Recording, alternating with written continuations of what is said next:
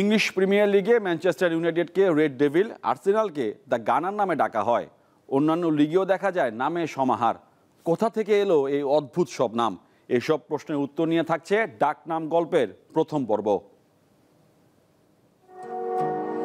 Red devil মানে লাল শয়তান, তবে ফুটবলের এই জনপ্রিয় নামের ইতিহাসটা সম্পূর্ণ ভিন্ন। সালফোর্ড রাগবি টিম নামে এক রাগবি দল সর্বপ্রথম এই উপাধি অর্জন করে।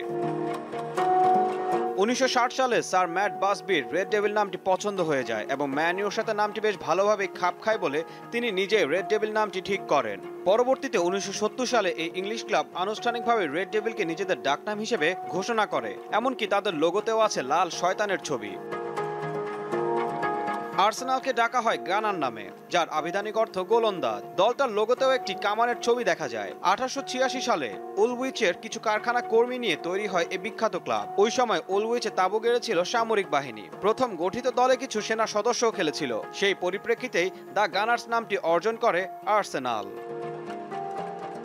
লিভারপুল 1892 সালে যখন গঠিত হয় তখন এনফিল্ডের মালিকানা ছিল স্থানীয় ব্যবসায়ী জন হোল্ডিং এর কাছে। সে সময় এভারটনের মতো সাদা নীল জার্সি থাকলেও পরে তা পরিবর্তন করে লাল রঙের দিকে মন দেন তিনি। 1964 সালে লাল জার্সি, লাল শর্টস আর লাল মোজায় প্রথমবারের মতো লিভারপুলকে দেখেন সমর্থকরা।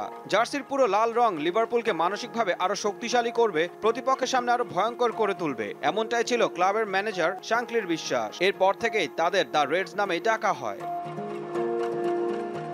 2015-তে প্রিমিয়ার লিগ জয়ে লেস্টার সিটিকে ডাকা হয় দ্য ফক্সেস নামে, যা মূলত ক্লাবের উৎপত্তিস্থল থেকেই নেওয়া। ক্লাবটি গঠিত হয় ইংল্যান্ডের লেস্টারশায়ার নামের এক শহরে। 1753 সাল থেকে ইংল্যান্ডের এই শহরটি শিয়াল শিকারের জন্য জগৎ বিখ্যাত ছিল। সেই থেকে 1920 সালে দ্য ফক্সেস নামটি উত্তরাধিকার সূত্রে ব্যবহার শুরু করে লেস্টার সিটি। এমনকি ক্লাবের লোগোতেও রয়েছে একটি শিয়ালের মুখ।